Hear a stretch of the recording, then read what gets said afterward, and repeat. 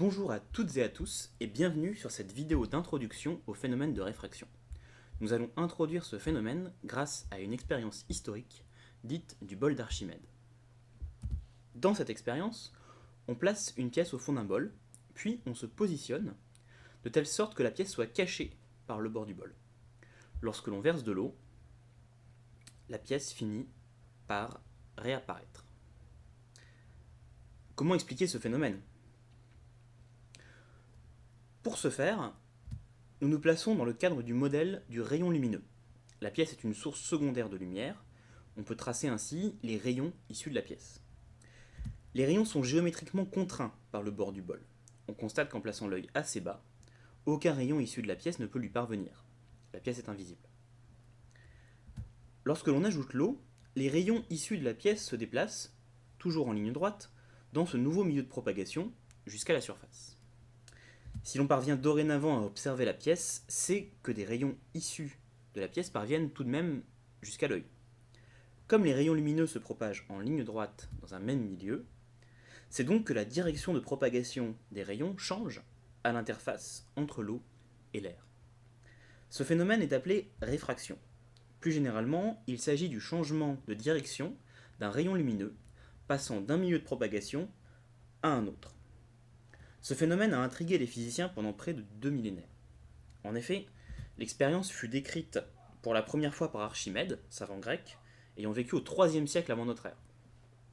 Un autre savant grec, Ptolémée, a expliqué l'expérience à l'aide des rayons lumineux.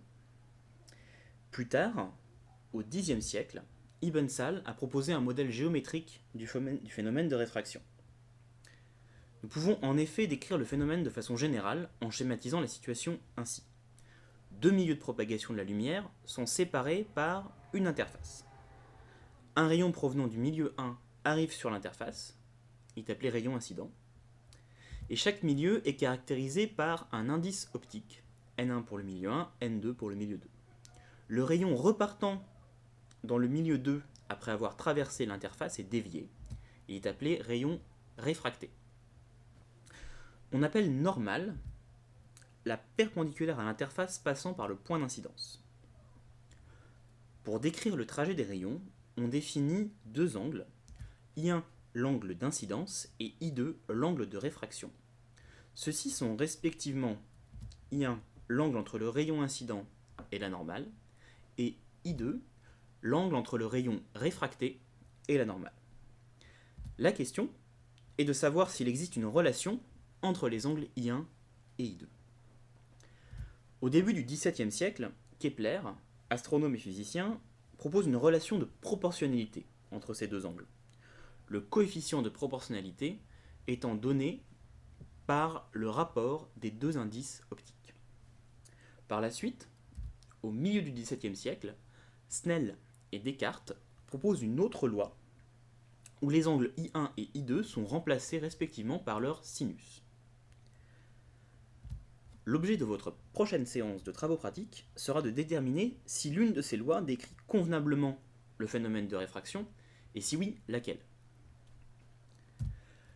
Maintenant que vous avez visionné cette vidéo, répondez au questionnaire à choix multiples pour vérifier que vous avez compris l'essentiel, et surtout n'hésitez pas à visionner la vidéo de nouveau si vous avez des doutes. A bientôt.